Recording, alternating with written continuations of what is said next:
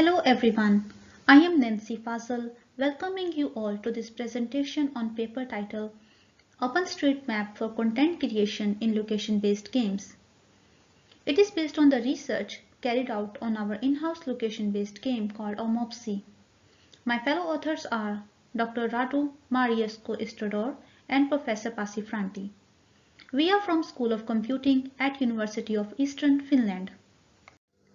Let's start with a brief introduction of location-based games. Location-based games have been around since 2000 when accurate positioning receivers were added to the smartphones. Since then, they have merged the game space with real life. However, they received enormous popularity with the launch of Pokemon Go in 2016. They make the players move around the real world to perform actions that may relate to their physical location or interact with other players. They have also been identified as a potential platform for learning, social interaction, and sightseeing besides the physical movement. Location-based games are often difficult to create, grow, and maintain over long periods of time. The design and development of these games are not trivial tasks either, due to their pervasive nature and global deployment issues. One problematic factor for these games is content creation. The reason is that it requires visiting outdoor, collecting game content, and attaching digital content to real-world places, which is not an easy task. Even players of widely separate games like Pokemon Go and Ingress complain about lack of locations, despite of their financial and community support. Issues like game design talk about the safety of the player while playing. Hardware limitations are often difficult to overcome. They deal with the issues like loss of GPS signals inside buildings, forests, and unavailability of data connection. Players' fitness and pace deals with providing balanced gaming experience to all the players. In this presentation, we will only talk about content creation under OMOPSI as our case study. Let's have a brief introduction of OMOPSI. OMOPSI is an orienteering game played in an outdoor environment. It was developed by the Machine Learning Group at University of Eastern Finland. The goal is to find real-world targets using a smartphone and positioning receiver. Each target is a real item such as a statue, restaurant, bridge, and contain its name, location, and a representative image. Targets and user locations are shown on the map. To complete a game scenario, the player needs to visit all the targets in a free order. However, to win a game, player has to be faster than others and find best route between targets. Besides physical movement, OMOPSI consider other motivational aspects also, such as competition because it allows its players to choose free order of targets while being faster than others, which motivate people with competitive nature. Secondly, sightseeing because OMOPSI targets can be attractions in a park, thematic tours in a city, or just favorite places in game creators' hometown. Finally, educational games. It has been observed that students perform well in game-based learning than traditional classroom teaching. Thus, instead of just reaching the targets, students can be given educational tasks to complete at each target. The biggest challenge we have in OMOPSI is content creation. People who have downloaded OMOPSI do not find games in their area to play. We have different content sources but with different limitations, thus still hindering the overall goal of deploying OMOPSI worldwide. Crowdsourced images contributed to the MOPSI database are limited to selected areas in Finland and few other European countries. We next studied WebCrawler with the aim of exploiting web to collect geotagged images worldwide. However, less than 1% of the images found had location information. Sources like geotagged image dataset and social media services APIs have had their own issues, like aging of a dataset, image quality, and various APIs restriction. In this paper, now we target OpenStreetMap as content creation source for OMOPSI and any treasure hunt location-based game in general. So, let's first see why we chose OSM. OSM is a free editable map of the whole world. It has millions of volunteers frequently uploading and updating data from weekly to daily, hourly, or even minutely basis. The main benefit of OSM is that it provides free data to everyone without any geographical or technical restriction. For any point of interest, it further provides location, short textual description, but does not store an image, which is well needed by OMOPSI and any treasure hunt or location-based tourism application. So, what is the solution? We propose that most of the time, POIs have a web link which may contain an image referring to the POI itself. Thus, let's dive into the methodology and results. Our method uses a bounding box as an input. In the first step, we query all the OSM amenities in a given region. Next, we filter the amenities having a website. For these amenities, OSM provide title, location, and a website which will be later used to extract an image.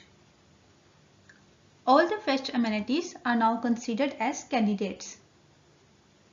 Next, for each candidate, we extract an image from given website.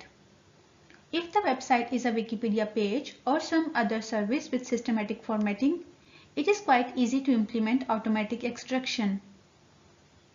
Wikipedia even offers API for doing this. But if the website points to a personal web page, the process can be more difficult. Automatic image extraction methods exist, for example, WebIMA and WebCrawler, which are our own in-house applications, but the quality of output varies significantly, and in the case of OMOPSI, the quality of image is very important. For example, let's have a look at these two images first. Both are from same website and represent the location Taito Korteli. Image on left is taken outdoor and is useful as an OMOPSI target. However, image on right was taken indoor, where OMOPSI players are not expected to go. Doing such a decision automatically is not trivial. Therefore, we perform manual inspection at this stage. To assess the quality of images, we first load them using a custom-built tool that allowed reviewers to mark down which images are taken outdoor, that is, representing the actual location, and which ones are indoor. Two reviewers who reside in Joensuu volunteered for this purpose because they are quite familiar with the city and its amenities. But whenever there was a difference of opinion, they reached a common decision. On success, the extracted images are added to the output list and process continue with the next candidate. We next present the overall summary of data collected. From the total of 330 web links provided by OSM, 310 are still working, so it ensures the continuous update of OSM data. From working web links, 67.3% of the time they were indoor images, while 21.1% of the time outdoor images or images at actual location were present, which is an ideal case for OMOPSI. However, indoor images can also be used to give a general idea to what kind of service player is looking for. On average, we conclude there are 6.3 images per website. We did this investigation only in the city of Joensuu, Finland. But we expect our results to generalize to other cities of Finland as well as a certain extent in cities of similar size of Europe. We next analyzed the distribution of OSM data in different parts of the world. We extracted amenities in two cities, the first and 10th largest of different countries in Europe and Asia. We conclude here that amenities and population size correlate, whereas large cities had 20 times more amenities and 22 times more population than the smaller cities. Results also showed that Europe had 206 amenities per 100,000 people, whereas Helsinki has the highest and Bucharest has the lowest number of amenities per 100,000 people. The city of Berlin, though, had the large number of amenities. In Asia, number of amenities is again 20 times higher in larger cities except Karachi, where Quetta had almost negligible number of amenities. However, amenities per 100,000 people is only 5. This means that amenity database is greatly underrepresented in Asia with 14 times more data in Europe. Next, we inspect the content density of 6 different OMOPSI games that were created by the game admins with the content retrieved from OSM and a popular photo sharing website called Flickr. We observed that neither OSM nor Flickr had enough targets, even no targets in games like Yokiyashima and Kontiolahti. Number of targets used in OMOPSI are bigger than what actually found in all cases, except game called Kopio, where OSM has enough while Flickr just reaches the threshold. We further see that on average, OSM find 18 targets and Flickr found 11 per gaming region.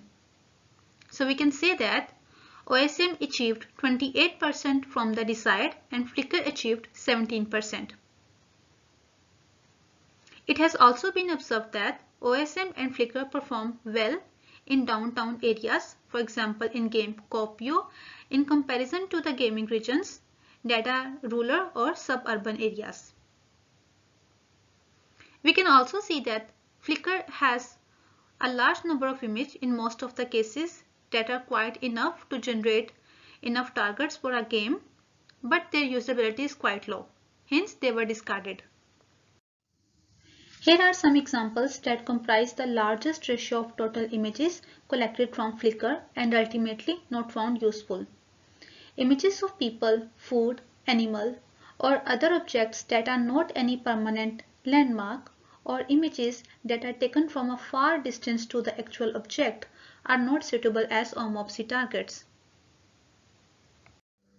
In the end, we conclude our talk by finding that OSM data is better in downtown areas as compared to the rural or suburban areas.